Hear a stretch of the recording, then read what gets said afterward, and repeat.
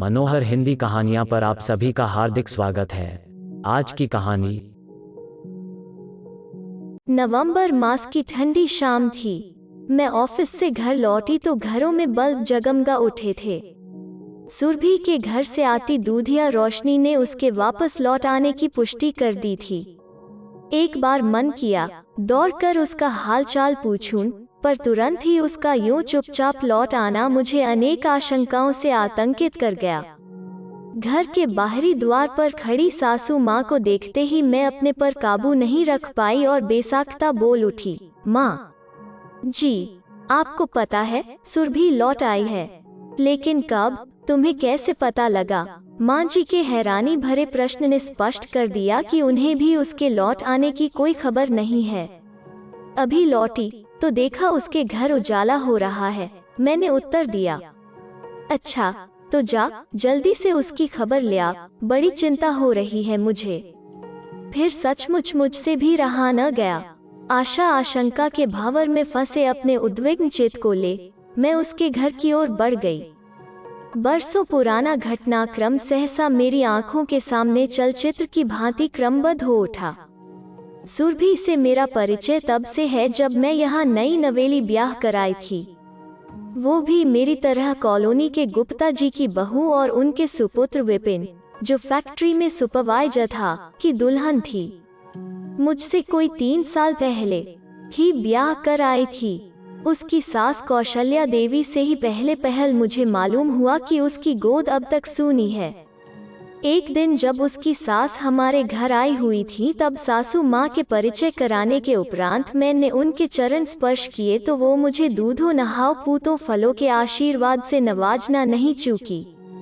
साथ ही उलाहना देते हुए मेरी सास से बोली, मैं तो अपनी बहू को 3 साल से यही दुआ दे रही हूँ, पर लगता है बहन निगोड़ी बांझ है। प्रत्युत्तर में मैंने माँ जी को सांत्वना देते हुए सुना, अरे कौशल्या, तुम तो नाहक नाउम्मीद हो रही हो। अभी तो सिर्फ 3 साल हुए हैं। अरे थोड़ा मौज मस्ती करने दो उन्हें, समय आने पर सब ठीक हो जाएगा। इस बीच मैं नेहा, नितिन की माँ भी बन गई, पर सुरभि की गोद सूनी ही रही। एक दिन मौका लगने पर एकांत में मैंने उसे टटोला, तुमने किसी डॉक्टर से अपनी जांच वगैरह कभी करवाई?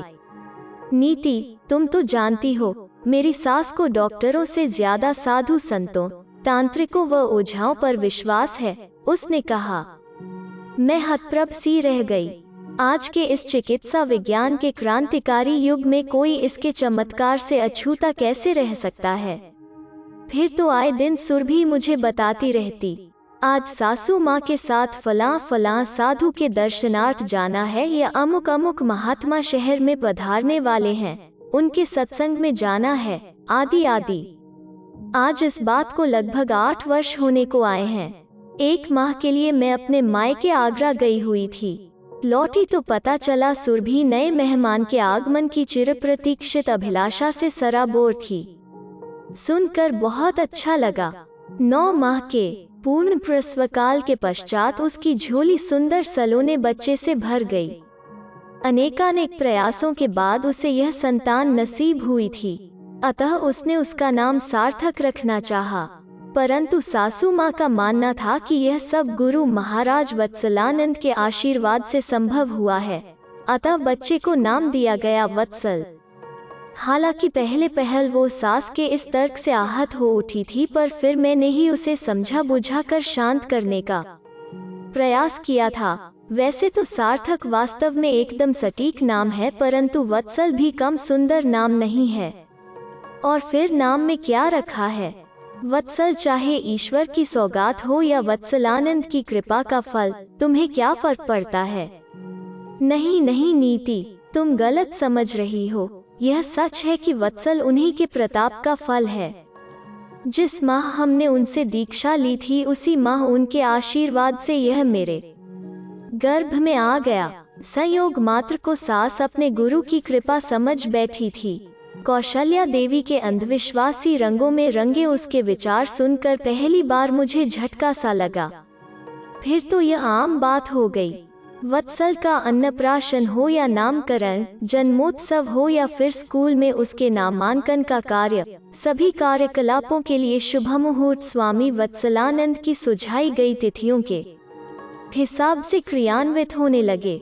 मैंने एक आध बार अपनी सास से इस बात का जिक्र किया तो वो कहने लगी, अरे जाने दो बहू, अपनी अपनी सोच है, चाहे गुरु की कृपा रही हो या ईश्वर की इच्छा, यही क्या कम है कि कौशल्या का घर आंगन बच्चे की किलकारियों से गुंजायमान हो उठा है। सब कुछ निर्बाध गति से चल रहा था कि एक दिन सांझ को बच्चों ने बताया कि स्कूल में प्रार्थना सभा के दौरान वत्सल खड़े खड़े गिर पड़ा और फिर उसे बहुत उल्टियां हुईं। अतः मैंने माँ जी को उसका हालचाल ले आने को कहा। माँ जी लौट कर आई तो चिंतामग्न सी दिखीं। पूछने पर उन्होंने बताया कि कौशल्या बता रही थी कि वत्सल को इस तरह की शिकायत 2-4 बार पहले भी हो चुकी है, परंतु बजाय किसी डॉक्टर को दिखाने के वे स्वामी जी के चक्कर में पड़े हैं। दूसरे दिन सुरभि को समझाने की गरज से मैं ऑफिस से लौटते हुए सीधे उसके घर गई। देखती क्या हूँ कि बैठक खाने का सुसज्जित विशाल कक्ष धूप व अगरबत्ती की अनोखी सुगंध से सुशोभित है। कक्ष के एक ओर एक बड़े से तख्त पर बिछे बेशकीमती पलंगपोश पर एक स्थूलकाय महात्मा भगवा वस्त्र धारण किए हुए विराजमान है, जो संस्कृत के श्लोकों की स्तुति में विचारमग्न है। मैं असमंजस की स्थिति से उबरने का प्रयास कर ही रही थी कि सुरभि आई और कक्ष के एक कोने में मुझे बिठाते हुए स्वामी जी के बारे में बताने लगी। यही गुरु वत्सलानंद जी हैं। वत्सल की बीमारी सुनकर महाराज घर आकर उसके शीघ्र स्वास्थ्य लाभ के लिए संजीवनी जाप कर रहे हैं। सच, वत्सल अपने आप को काफी अच्छा महसूस कर रहा है। वस्तुतः स्वामी जी पर विश्वास से अभिप्रेरित उस परिवार के लोगों का निर्मल मन बार बार यह झूठा आश्वासन दिला रहा था कि बच्चा स्वस्थ हो रहा है, पर क्या सुरभि भी बच्चे के गिरते स्वास्थ्य का मूल्यांकन नहीं कर पा रही थी। इससे अधिक मैं उसे सुन नहीं सकी। तभी तो लगभग घसीटते हुए मैं सुरभि को दूसरे कमरे में ले गई और बोली, सुरभि तुम्हें ये क्या हो गया है? तुम तो इन थोथी बातों पर विश्वास नहीं करती थी, फिर आज कैसे इन ढोंगी साधुओं की बातों में फंस गईं? वत्सल को इस समय इनके जप तप की नहीं बल्कि किसी अच्छे डॉक्टर के परीक्षण की आवश्यकता है। देख नहीं रही हो वो किस कदर कमजोर हो गया है। पर मेरी बात सुनकर वो जरा भी विचलित नहीं हुई, बल्कि कहने लगी, नहीं नीति, पहले मैं भी इनकी शक्तियों से अनभिज्ञ थी, पर अब मैं इनकी दिव्य शक्तियों को जान चुकी हूँ। मैं उसे कुछ और समझाने का प्रयत्न करती कि इसके पूर्व स्वामी जी, जिन्होंने कदाचित क्रोधाग्नि में धधकती मेरी मुखर वाणी सुन ली थी, क्रोध से गरज उठे, ये कौन है जो मेरे भैरव देव को ललकार रहा है? कुछ अनिष्ट हुआ तो हमें दोष मत देना। हम साधु सन्यासी हैं, हमारा भी मान सम्मान है, पर जहाँ हमारा अपमान हो, हम पर अविश्वास हो, वहाँ एक पल और ठहरना असंभव है। नहीं नहीं गुरुदेव, क्षमा कीजिए। क्षमा याचना से भीगे उसकी सासू माँ के शब्द गूंजे और अगले ही पल उन्होंने स्वामी जी के चरण पकड़ लिए। हमें नहीं पता था, वरना मैं उसे आपके सामने आने की इजाजत कभी नहीं देती। उसी क्षण सुरभि की बदलती मुख मुद्रा व उसकी आग्नेय दृष्टि देखकर मुझे यह आभास होने में क्षण भर भी नहीं लगा कि स्वामी जी के विरुद्ध बोलकर मैं यहाँ सर्वथा अवांछनीय हो गई हूँ। अतः बाहर की ओर रुख करने में ही मैंने भलाई समझी, और फिर मेरे घर लौटने के पूर्व ही कौशल्या देवी ने मेरी सास को फोन पर हिदायत दे डाली, अपनी बहू को इतनी ढील मत दो शारदा, जो मन में आता है बोल देती है, बड़े छोटे किसी का लिहाज नहीं। आज तो उसने स्वामी जी का ही अपमान कर डाला। हमारा विपिन तो उन्हें इतना मानता है कि उसने पूरे 50,000 रुपए उनकी संस्था को श्रद्धा से दान कर दिए। अभी वो न जाने और क्या क्या सुनाती कि मुझे घर आया देखकर माँ जी ने फोन काट दिया और मुझे संबोधित कर बोली, बेटा तुम क्यों इन लोगों से उलझती हो? वे गड्ढे में गिरना चाहते हैं तो उन्हें कौन रोक सकता है?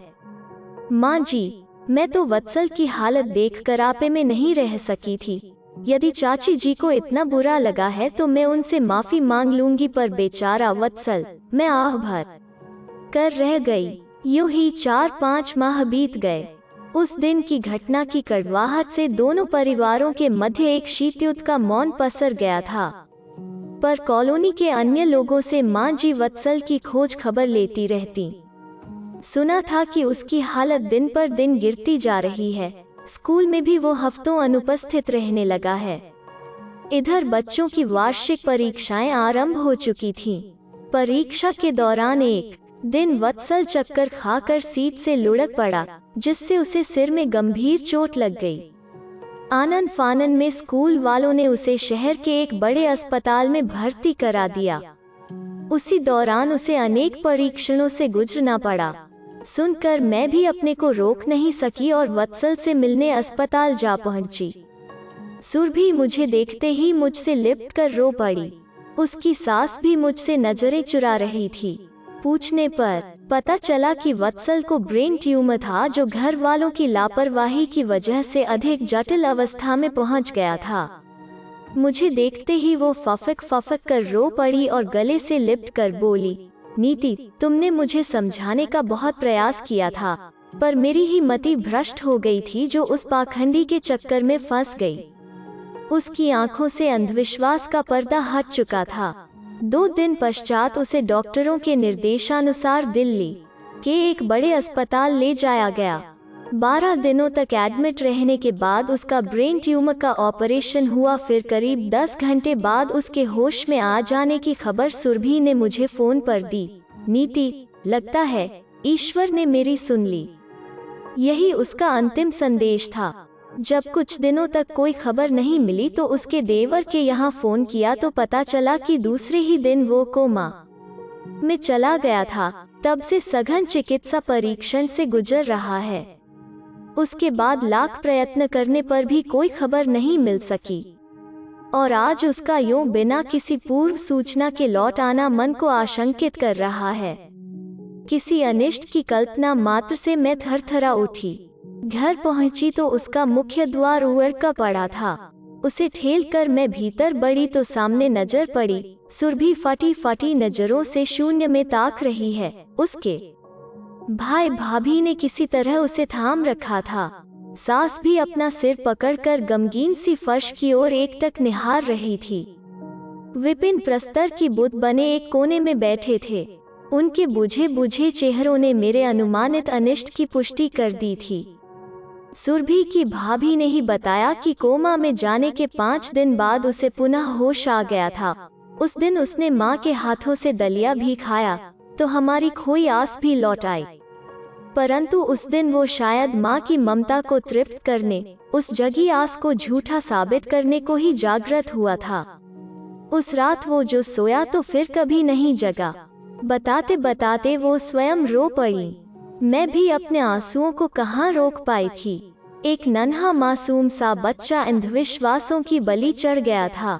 अंधविश्वास की इतनी बड़ी सजा आखिर उस मासूम को ही क्यों मिली?